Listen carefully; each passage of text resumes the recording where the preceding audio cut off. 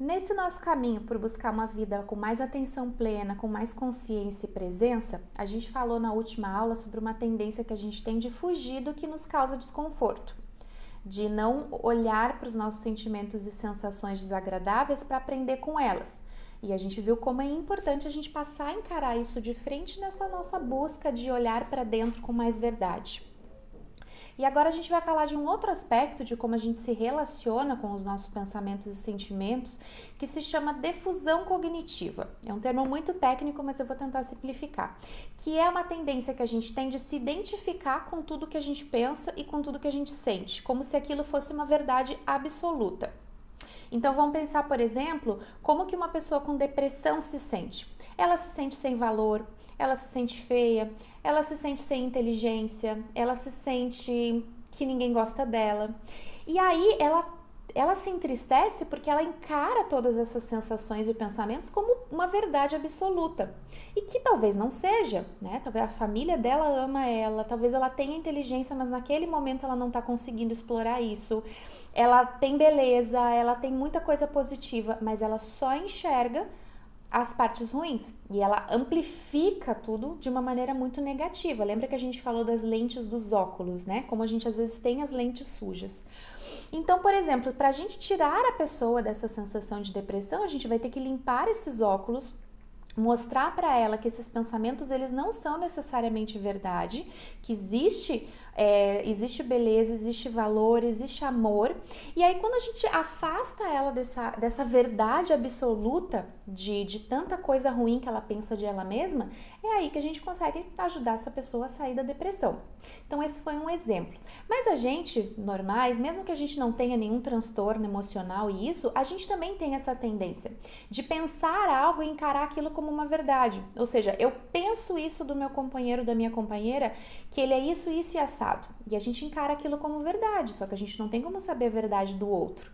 A gente não relativiza. A gente pensa coisas muito duras e rígidas de nós mesmos e a gente não aprende a olhar pra gente com um pouquinho mais de afeto e compaixão, tolerar um pouquinho mais as nossas dificuldades. A gente costuma ser muito rígido com a gente mesmo e crer que é verdade. Então a gente se funde com os nossos pensamentos e sentimentos.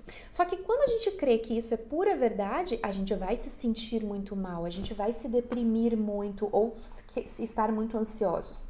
Isso vai gerar muita ansiedade. Porque, por exemplo, se eu penso que a minha reunião de trabalho na semana que vem, o meu chefe pediu essa reunião porque ele vai demitir a gente, vai demitir eu e meus colegas, e eu creio que isso é uma verdade, e aí eu fico com aquele burburinho na minha cabeça durante a semana toda, vai gerar uma ansiedade muito grande, porque eu vou estar trabalhando com esse pensamento como se fosse uma verdade absoluta, quando na verdade eu mesma criei na minha cabeça.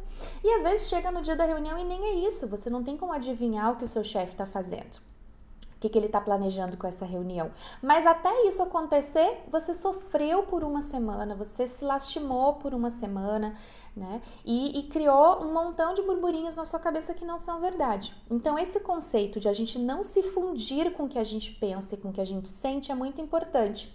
Por que em algumas meditações a gente faz o exercício de quando vem um pensamento a gente deixa ele ir gentilmente, a gente não afasta com raiva, mas a gente deixa ele ir gentilmente para a gente ter essa oportunidade de com compaixão, com gentileza, a gente lidar melhor com esse monte de pensamento e burburinhos que vem na nossa cabeça, sem evitá-los, mas também sem se identificar com eles como se eles são verdade. A gente olha para isso, dá os argumentos contrários, bom, pode ser que não seja bem isso. E aí a gente deixa isso ir, né? Então, isso é importantíssimo, a gente não se fundir com os nossos pensamentos e sensações e sentimentos. Nem sempre eles são verdade.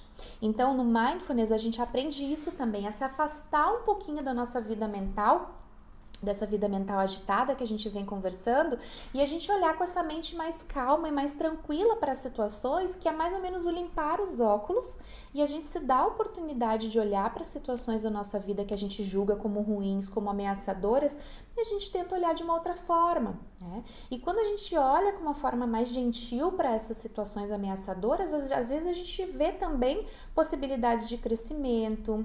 Quando a gente não fica tão fixo com o pensamento de que aquilo é ruim, de que eu devo evitar, às vezes a gente abre a nossa cabeça também para a solução chegar, para outras maneiras de encarar aquilo ou para outras maneiras de solucionar aquele problema. E quando a gente estava com a mente fechada, a gente nunca ia receber essa ideia, essa outra maneira de olhar para as coisas. Então, não nos identificamos com os nossos pensamentos e sensações, a gente se afasta um pouquinho para olhar situações difíceis e desagradáveis, e aí a gente abre espaço para que as soluções cheguem ou outras maneiras de encarar essa situação a gente possa acessar.